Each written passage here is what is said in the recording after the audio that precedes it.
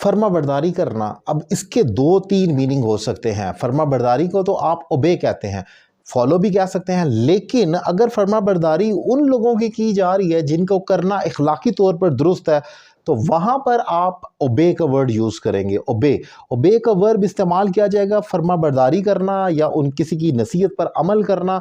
जैसे आप अपने साथी की बात पर अमल करते हैं, जैसे आप अपने वालिदैन की बात पर अमल करते हैं, तो वहाँ पर आप ओबे कहेंगे।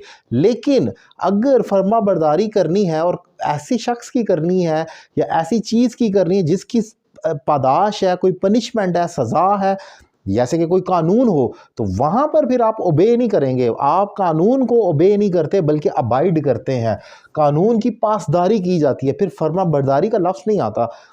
फर्माबरदारी आप खुदा की करते हैं, ठीक है, और फिर आप फर्माबरदारी पेरेंट्स की करते हैं, आप अपने साज़ा की करते हैं, इवन आप एल्डर्स की फर्माबरदारी भी करते हैं जो आपसे बड़े हैं एज में। अब क्या वहाँ पर अगर किसी की फर्माबरदारी नहीं की जाती तो क्या आपको कोई 3 माह की सज़ा मिलती है, 2 माह की सज़ा मिलती है, कोई 3 घंटे की पनिशमेंट का केस होता है? नहीं, ऐसा नहीं होता।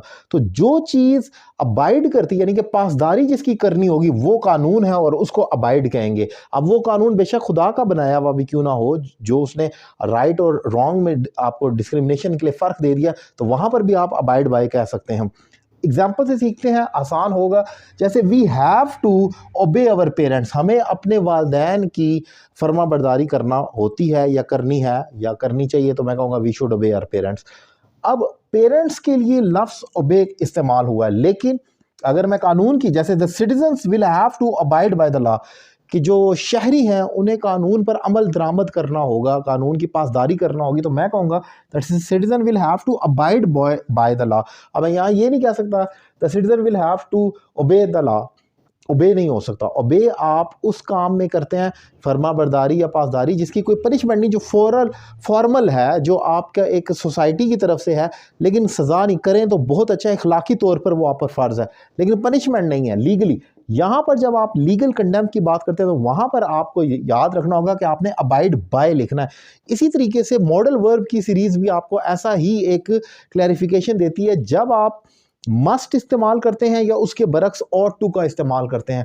मस्ट जब आप किसी कानून के हवाले से कोई एक्शन की बात करते हैं जो लाजमी है, जिसकी पनिशमेंट है, तो वहाँ आप कहेंगे, जैसे इसी एग्जांपल को करूँ, the citizen must abide by the law. अब मस्ट का मतलब है कि उन्हें लाजमी कानून की पासदारी करनी है, तो जोर देने के लिए, और जो काम फ़र्ज है वहाँ मस्ट आएगा। लेकिन अगर इखलाकी तौर की कोई बात की जाए, जैसे हम पेरेंट्स की बात करते हैं, जैसे हम कुछ दीगर कामों की बात करते हैं जो कि मतलब हमें कर लें, इखलाकी तौर पर दुरुस्त है, तो वहाँ ought to का इस्तेमाल किया जाए। We ought to respect our parents, हमें अपने पेरेंट्स की रिस्पेक्ट करनी चाहिए। अब होना तो ये चाहिए कि इस पर भी सज़ा होनी चाहिए, लेकिन अब क्योंकि कोई सज़ा नहीं है, जो लोग बदतमीज़ी भी करते हैं तो उसकी कोई सज़ा नहीं है, तो इसलिए वहाँ पर आप ought to का इस्तेमाल कर सकते हैं। We ought to respect elders, हमें बड़ों की इज़्ज़त करनी चाहिए, वहाँ पर भी ought to आएगा, मस्ट नहीं आएगा। मस्ट कानून के लिए इस्तेमाल होगा जो फिक्स्ड है, जिसकी पनिशमेंट है। सो सेम यहाँ पर भी यही केस है जिसको मैंने डिफाइन किया, एक इंपॉर्टेंट डिस्क्रिमिनेशन है जो मैंने डिफाइन की। लेक्चर कैसा लगा, अपनी राय का इजहार करें, और ऑनलाइन क्लासेस के लिए मेरा नंबर आपके सामने स्क्रीन पर मौजूद है। Thank you very much.